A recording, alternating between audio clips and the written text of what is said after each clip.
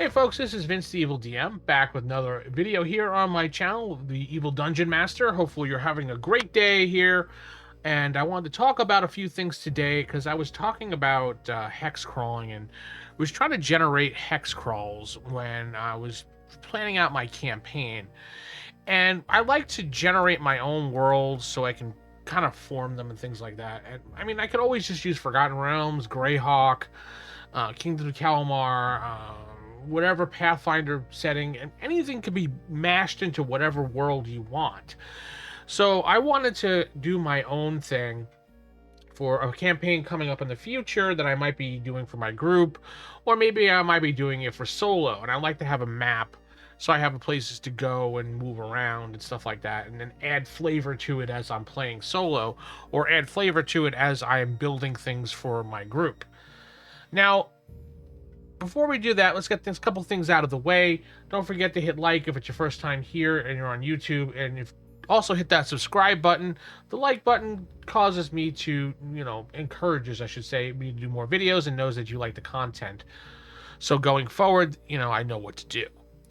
And subscribe also helps me as I see the numbers go up. People like the stuff if you enjoy the stuff here. If you just want to lurk, that's fine too. I appreciate the lurk and the views.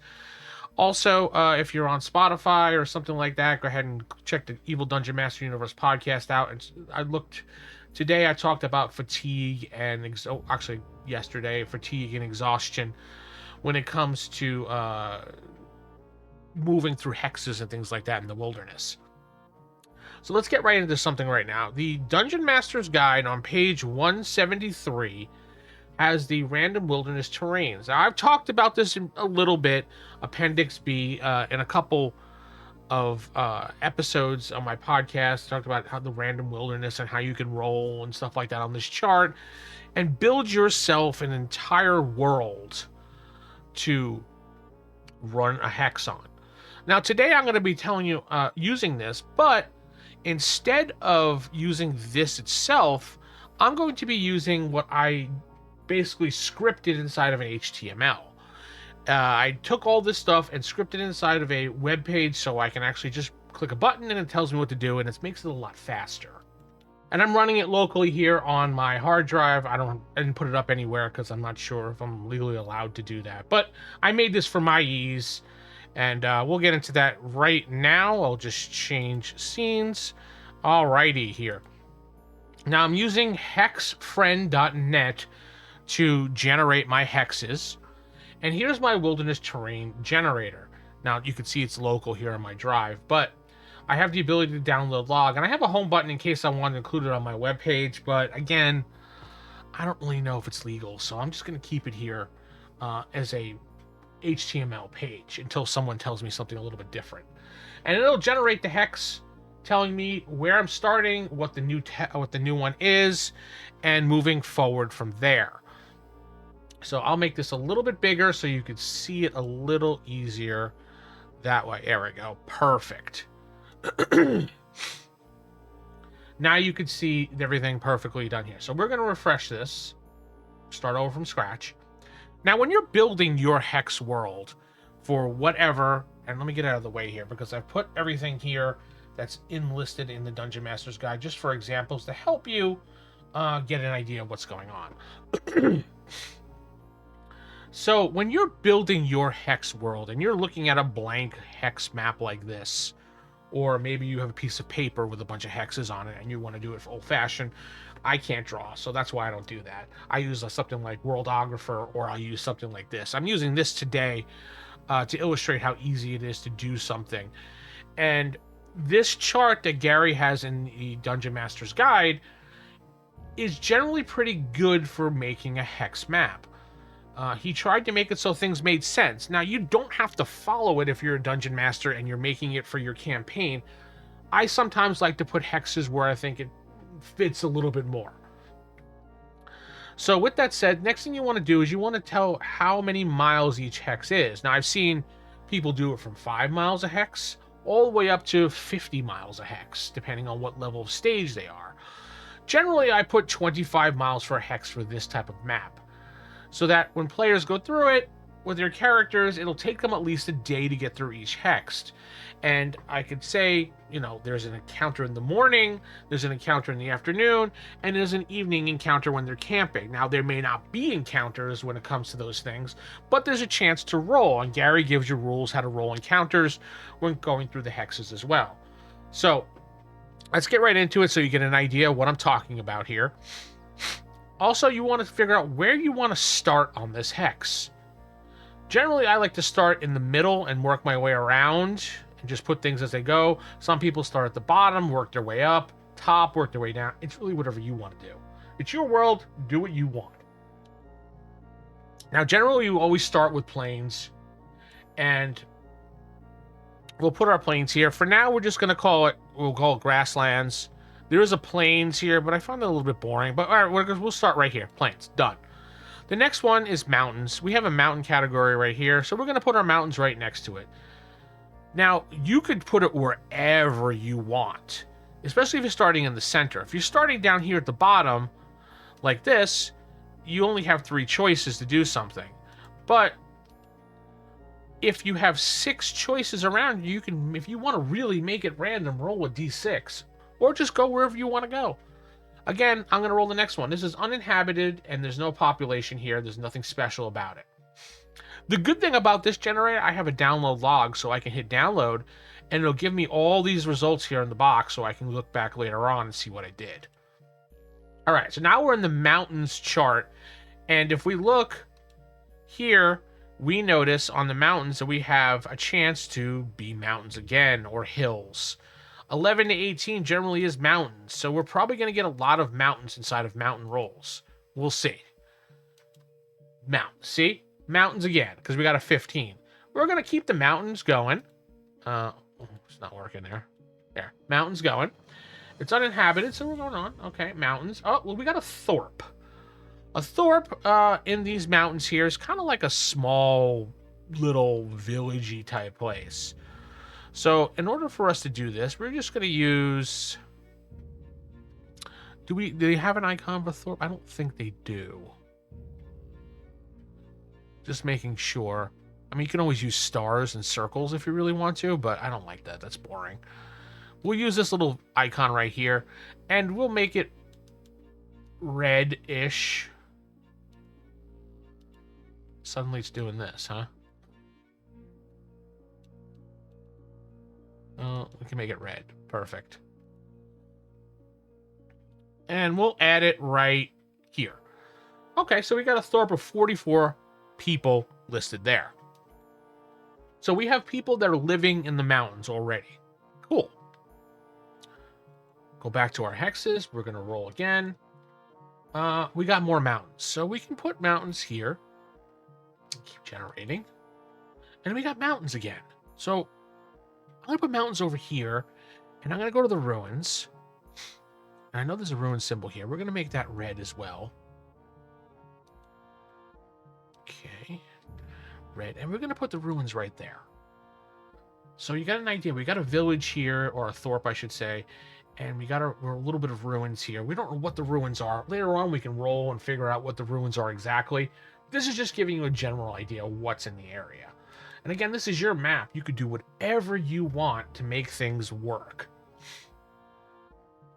And down here is the terrain guide, which I'll get out of the way for. Again, if you get mountains, you could do other things and add other things depending on what it is. So back to this. We're right here right now. Again, we can put wherever we want to, but we're going to start right there. Looks like we got more mountains. Okay. So like I said, mountains are going to be plentiful. When you're in the mountains, 11 to 18 on a roll is going to be mountains. We got a new terrain that's rough. Now, I don't think there's a rough terrain here listed. Let's see. Desert, icy, dead trees, icy hills, icy mountains, icy. Yeah, they don't really have a rough terrain. So for rough terrain, we're just going to use... We'll use farmland doesn't make any sense. I guess we could just use beach for now, or we can make our own color up. which is fun to do sometimes. You could just do like a brown color. That's our rough terrain. There's nothing there, nothing in, it's just a rough terrain. And a rough terrain is just badlands. I think there is badlands on here. I see scrublands. Yeah, actually there is. Perfect. Badlands. Boom. Done. Works. Next is we got more mountains. Mountains seem to be a thing with this thing. I know, I keep saying that. Mountains again. Okay, we're at our mountains. Mountains. Ah, we got some plains again. Now, let's put the plains kind of around the mountains as we get them. Plains. We got more mountains. We're just gonna keep building our mountain sides, our little happy mountains going across the sides here. And we're just going to keep doing this. And this is what you would generally do when you're rolling. You would just kind of do that. And then, oh, we got a marsh. Something a little bit different. Marsh. I think this is marsh over here. Marsh, yeah, it is. So where would marsh be here? So we were right here. We could put the marsh right here. Doesn't seem... Okay, fine, we'll put the marsh right there. We got a valley. Let's see. It's a gorge, a valley, or a rift. So what we can do for that is we could put a single mountain right here, and I don't think they have a symbol for valley, but there's a ravine, hills, ruins, ruin keep, what's this right here? Shipwreck. You know, we're going to use this mountain symbol. It's a mountain on top of a mountain symbol. That's wonderful. Okay. We're going to make it a red mountain for now, to show that that's a ravine right there. So there's some type of ravine, or I should say a valley right there. Interesting. We don't know what's going to continue along with this when we continue doing this, but we'll find out. We got some hills. We got some nice grassy rolling hills. We'll put it around here because it makes sense to go right there. We got some more plains. Now we can start adding grassy hills. That makes sense over here. So we'll make it like a grassy type hill going on there. And we still haven't found anything. We got more mountains. We got some mountains. Put the mountains over here. No, let's not put it over there. Let's continue with our mountains right over here. All right. So uninhabited. We got more mountains. We'll put mountains here. Marsh again. All right. So marsh. We're gonna put our marsh over here with the other marsh. We got our valley here. Maybe that should be like a mountain valley. Do they have mountain valley? Hills. No. Well, we'll just remember that. So we got more plains here. We can do a plain here. And going from our plain, we got some more mountains. And we'll just keep adding the mountain things here together till we get something interesting. Unfortunately, there's going to be lots of mountains. Mountains. And we'll see what we get from there. Now, I just noticed, I was looking in here, and I noticed that there's a lot of mountains, and it says 1. I rolled a 1, and 1 is not mountain, so I must have messed up on the scripting. So going forward, when I see that 1, I'm going to refer back to the chart when it comes to the stupid mountains. And I think it's going to be... Again, this is not perfect. I'm not a perfect coder or anything. I like to hack things together. But at least this is giving me a good idea. Marsh. Is that a marsh when it comes to mountains? Yeah. Okay. Mountains. There are 8 is supposed to be hills. So it's not working correctly. So we're going to go with hills. When it comes to that, put some hills around these mountains. Now from the marsh, we got a scrub. Scrubland. Is that scrubland? Scrubland. We'll put it over here for the scrublands. Whatever it says, it says. So now we got, from the scrubs, we look down there, we got an 11. That is more scrubs, not mountains. So we're going to put more scrubs here. And we also got a hamlet, which is a small little type of village. And we'll make that red. So we got another type of village right there. So from our scrublands, we got more scrublands. So let's see where we go from here. Yeah, it's more scrubs. I gotta fix the generator. Look at that. And from there, looks like we got some hills. That does match up with hills. So we'll put some more hills. We go back to this. Hill, hill, hill. Perfect. We got some hills. Now from the hills, we got some more hills, because that makes a lot of sense, but it should be plains. So the charts are kind of a little bit screwy. Again, I have to do this again. I apologize. That's why I'm not releasing this. But yeah, it's uninhabited. From here, we got some rough. From hills, it looks like we got forest. So let's do forest. Let's see.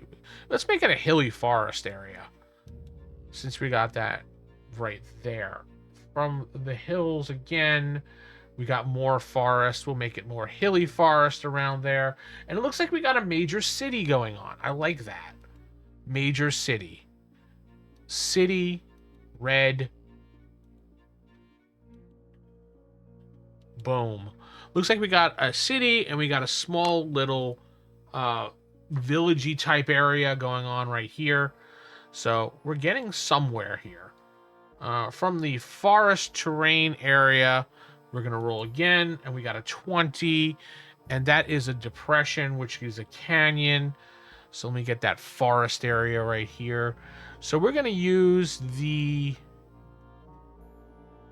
forest icon right here, and we're going to put it right there. It looks like we got a canyon there. Now, there's no real symbol for a canyon.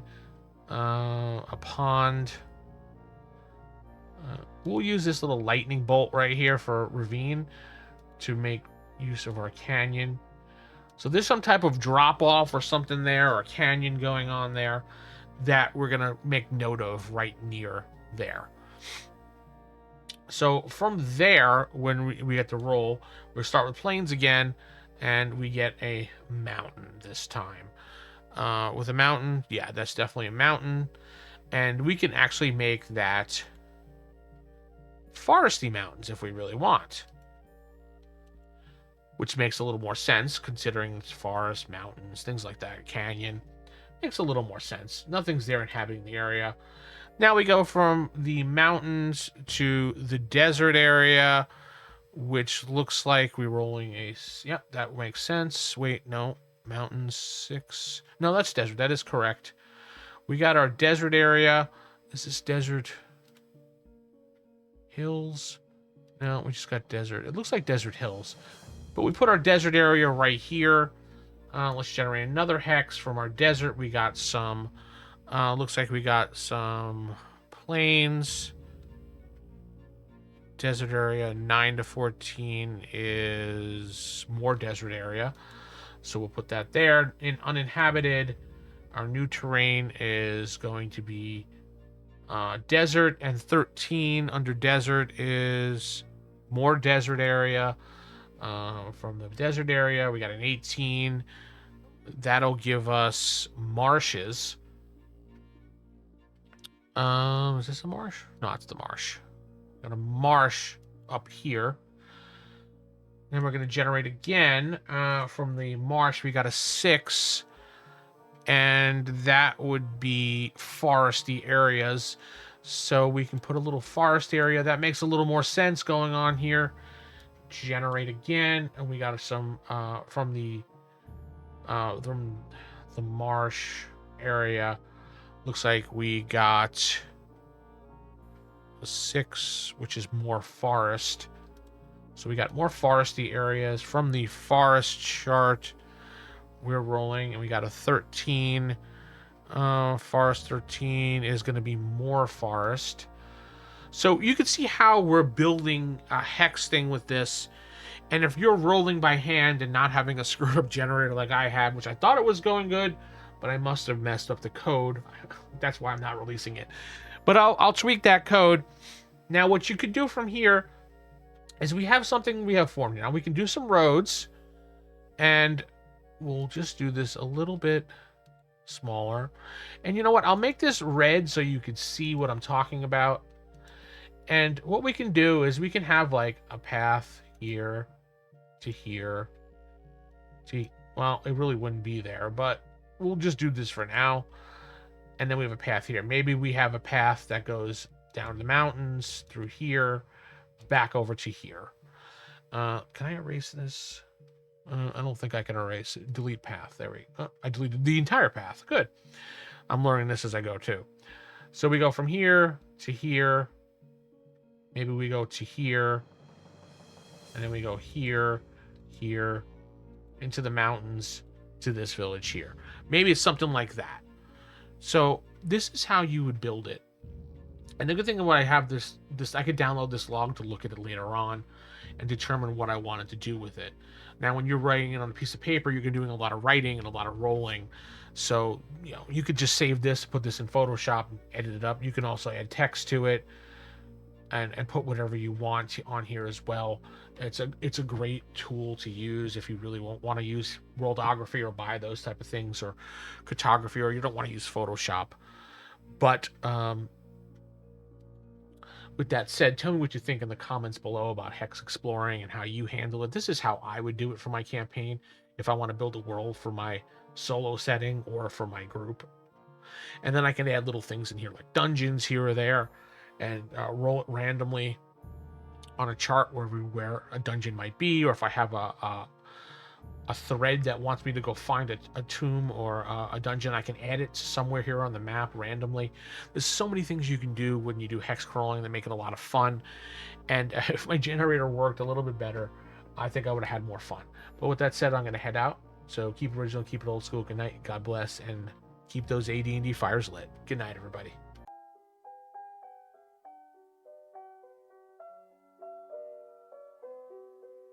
Don't ever laugh as the hearse goes by, for you may be